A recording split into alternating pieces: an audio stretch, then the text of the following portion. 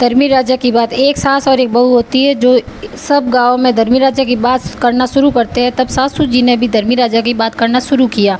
तो बहू ने कहा कि सासू माँ, अपन दोनों साथ में धर्मी राजा की बात करते हैं। तो सासू बोले कि बहू तेरे को क्या अभी ज़रूरत है, मैं 60 की हो गई हूँ, पता ही नहीं। तो बहू चुपके से धर्मी राजा की बात पकड़ी और बात भी करी, काम भी किए करे, चुपके से भक्ति भी करी और घर का काम करे। उधर सासू माँ घूमी फिरी, बैठ के करी, बातें करी, थारी मारी करी, दिन गमाए।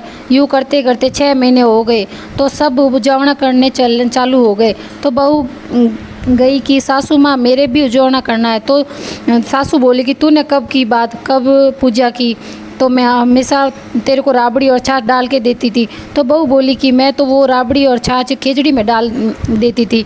और सासू माँ को लेकर जाकर वहाँ बताया तो वहाँ खिचड़ी से मिट्टी हटाई और दिखाया तो वो जो राबड़ी और छाछ थी वो हीरा पन्ना राब का रूप ले लिया। तो सासू तो बहू के पगे लगी और बोली कि अपन दोनों का उजावना साथ में करेंगे। तो बहू बोली कि अभी तो आप मना कर रहे थे। सासू बोली कि नहीं, तुमने तो पूजा तो हीरा पन्ना हो गया, मैंने यूं ही दिन गमाए। तो बहू बोली कि मैंने तो भगवान की भक्ति की, धर्मी राजा की मैंने तो बात की। और सासू बहू दोनों ने भाद्रपद में उजावना किया और चैत में पकड़ा। बहू को बैकुंठ का वास हुआ। सासू जी आप के संसार के गोते खाए, इसलिए ये भगवान बहू को तूने जैसे सबको टूटना और सासू को टूटे जैसे किसी को मत टूटना। जय धर्मी राजा की।